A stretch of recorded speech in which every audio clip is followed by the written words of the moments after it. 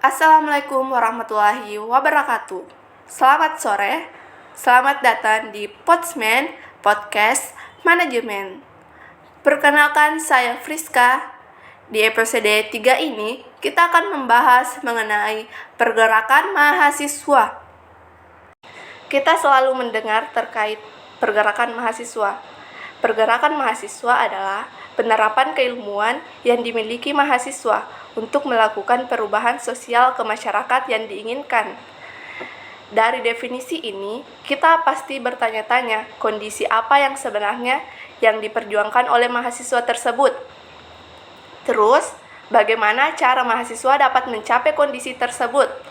Pertanyaan-pertanyaan seperti ini akan terus muncul di benak kita sebagai mahasiswa, karena kita sering mendengar terkait aksi-aksi yang dilakukan seorang mahasiswa guna merubah suatu kebijakan publik. Namun, apakah aksi tersebut berdampak perubahan? Nah, kira-kira kalau kita membahas tentang pergerakan mahasiswa, pastinya kita akan kedatangan seorang narasumber yang hebat, yaitu Kakanda Reskianto Punda, Ketua Bidang 3 Advokasi dan Kajian Strategi Hima Manajemen FEB UNM periode 2022-2023. Mungkin Kak Reskianto bisa memperkenalkan dirinya. Ya, Assalamualaikum warahmatullahi wabarakatuh. Shalom Swastiastu, Namo Buddhaya, salam kebajikan. Salam untuk teman-teman semua yang mendengarkan. Perkenalkan, nama saya Reskianto Punda. Saya Ketua Bidang 3 Advokasi dan Kajian Strategi Manajemen FEB UNM periode 2022-2023. Mungkin cukup begitu. Sebelum masuk ke pertanyaan intinya, Kak Reskianto bagaimana kabarnya? Baik? Puji Tuhan, baik. Mungkin cuaca agak kurang mendukung untuk beberapa hari belakang dan hari ke depan, tapi puji Tuhan baik semuanya.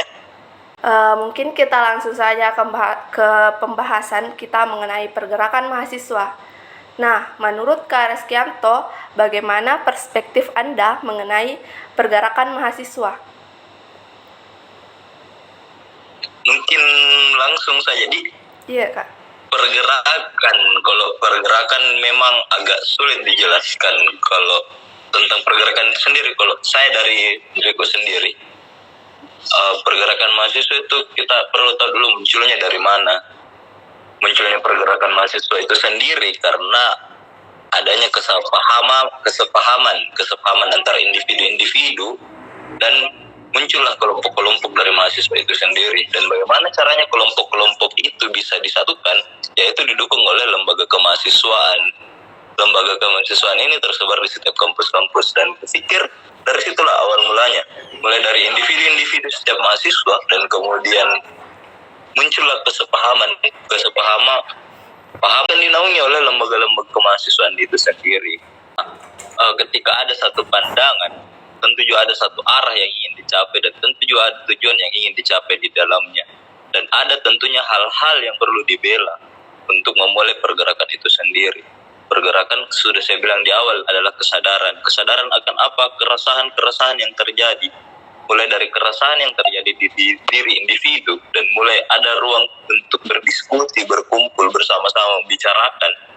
Tentu ada hal yang ingin dibela di dalamnya. Hal yang dibela inilah yang memotori sebuah pergerakan. Hal yang kita sadari bahwasanya ada sesuatu hal yang salah dan ada yang perlu dibela di dalamnya. Pikir itu adalah salah satu bahan bakar untuk memulai sebuah pergerakan itu sendiri. Dan sebuah, bagaimana caraku bahasakan, kayak itu menyawanya seorang mahasiswa dalam memulai pergerakan. Mulai dari keresahan dari tiap individu, dan di dunia kampus kita didukung dengan ruang diskusi. Ada sebuah komunikasi, entah seangkatan, entah senior ke juniornya, dan diwariskan kepada juniornya untuk dilanjutkan sebuah perjuangan. Itulah kenapa bisa ada sebuah pergerakan. Ada hal sistematis yang kultural di dalamnya, sehingga ada yang namanya pergerakan mahasiswa. Mungkin begitu aja saya kalau melihat pergerakan dari saya.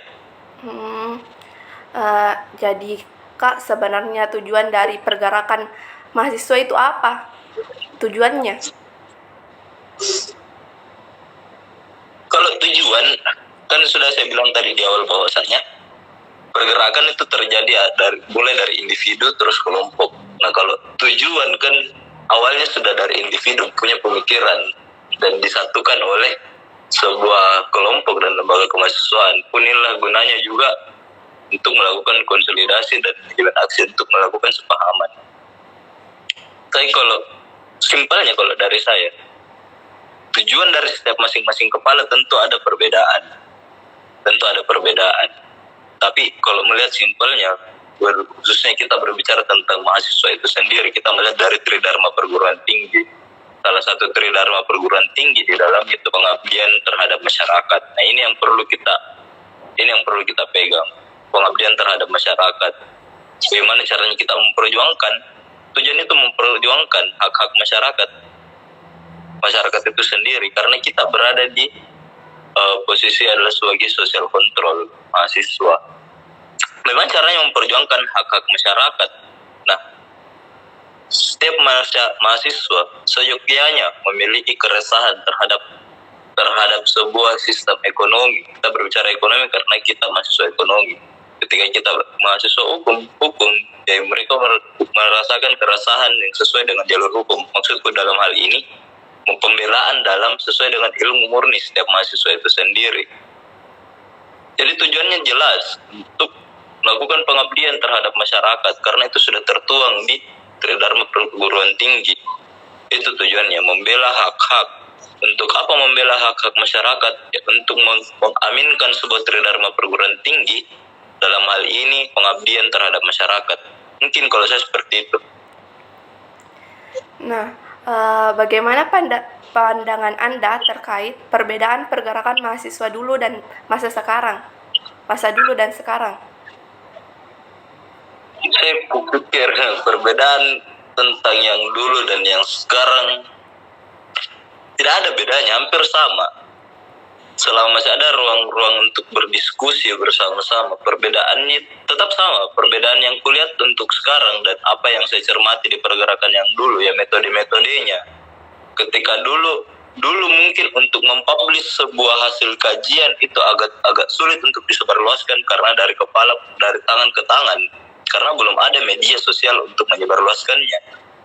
Privilege yang kita dapatkan sekarang, hal yang bisa menguntungkan kita sekarang di wilayah pergerakan adalah metode media propaganda. Media propaganda untuk pergerakan sekarang itu sudah sangat besar, karena kita melihat bahwasanya propaganda sudah sangat mudah untuk disebarkan. Ketika propaganda mudah disebarkan, penyebarluasan informasi agar kita bisa sepahaman tentang hal yang ingin diperjuangkan itu makin mudah. Dan media untuk berkumpul di satu tempat itu pun semakin mudah. Dan mobilisasi untuk pergerakan itu sendiri semakin mudah.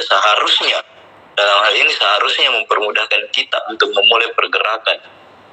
Itu kupikir salah satu poin utamanya, perbedaannya metode.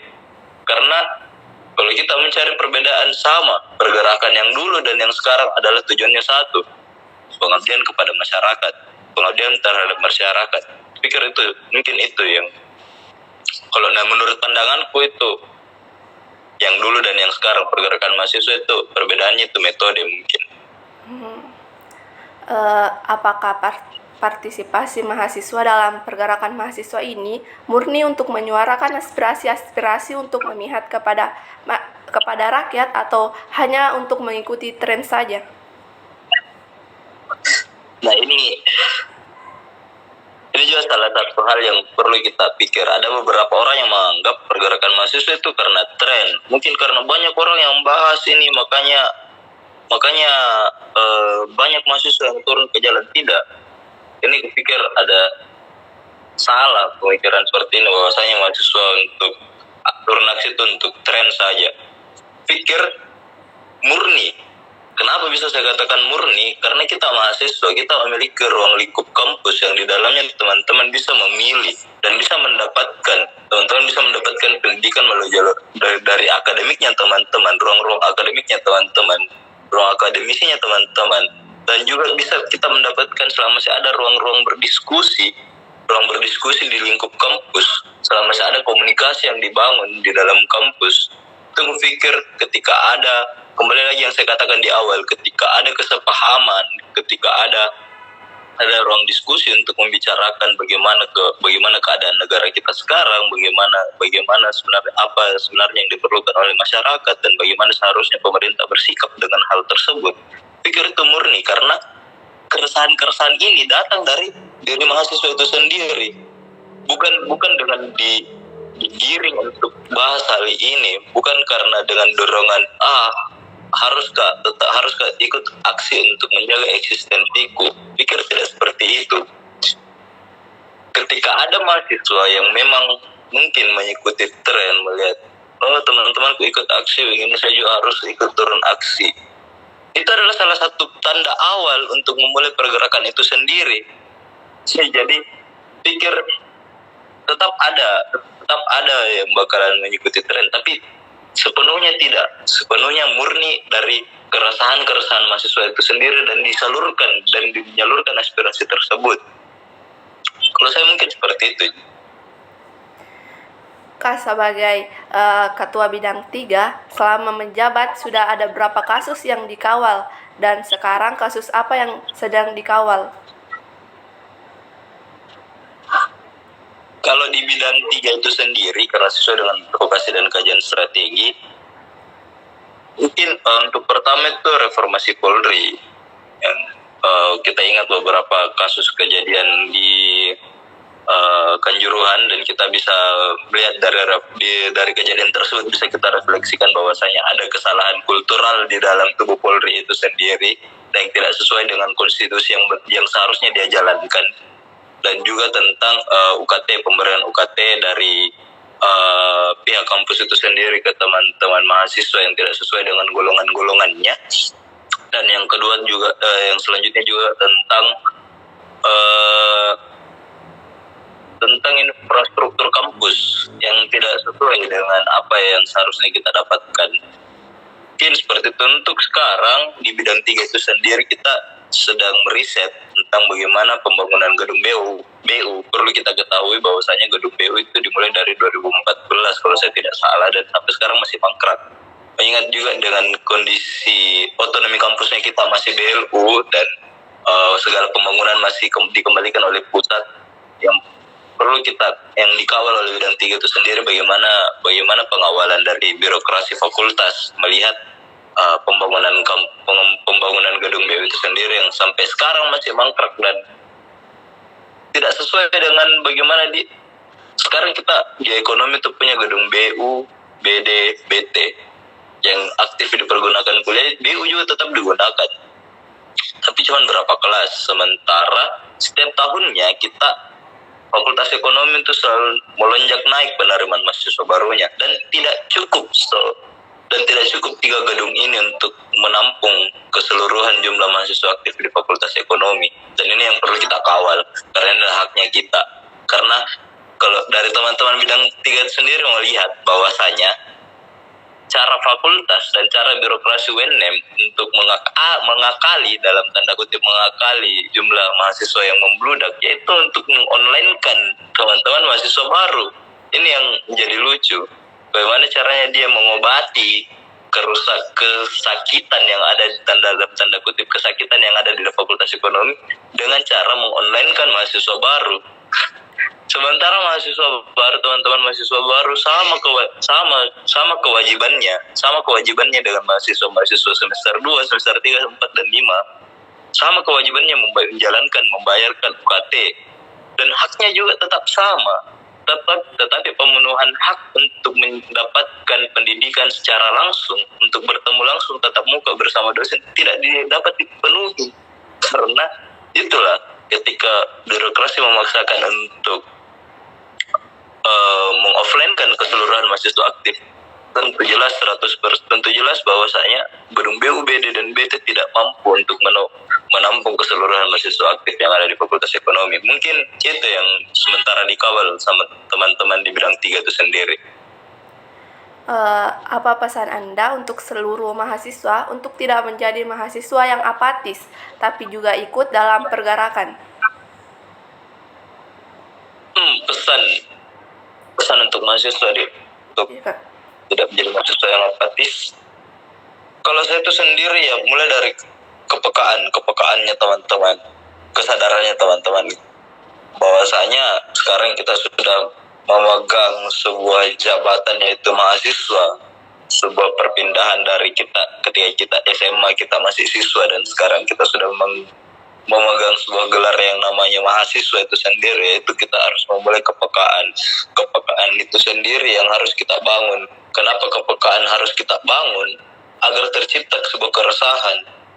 Setelah tercipta keresahan tentang kondisi kita sekarang, akan ada yang namanya kesadaran untuk membela hak-hak tersebut.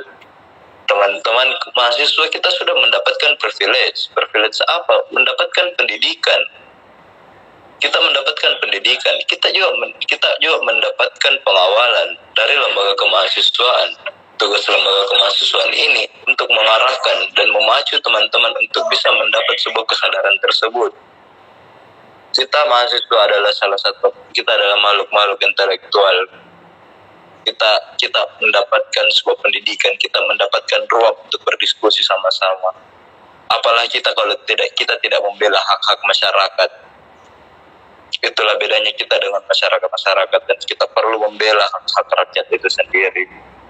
Kita harus terus menegakkan pendidikan dari Dharma perguruan tinggi itu sendiri. Karena pada akhirnya kita akan kembali ke masyarakat, kita akan kembali ke lingkup masyarakat. Setelah kita melepas gelar mahasiswa kita bakalan kembali ke masyarakat dan kita akan terdampak akan hal-hal yang dulunya kita bungkam dan tidak mau kita suarakan. Kita sendiri yang terdampak akan hal tersebut. Jadi berpikir selama kita masih memegang gelar mahasiswa itu sendiri, ya kita harus peka dan kita harus sadar akan bagaimana saja kondisi-kondisi yang ada di negara kita itu sendiri. Satu yang saya pegang itu tadi, bahwasanya setelah kita melepas gelar mahasiswa kita akan kembali lagi di dalam lingkup masyarakat, di mana apapun yang tidak kita bela, apapun yang selama kita menjadi mahasiswa kita bungkam, akan kembali kepada diri kita sendiri. Mungkin saya seperti itu. Baik, terima kasih Kak. Mungkin sampai di sini podcast episode 3 ini. Sampai berjumpa di Podsman episode selanjutnya. Lebih dan kurangnya mohon dimaafkan. Wassalamualaikum warahmatullahi wabarakatuh.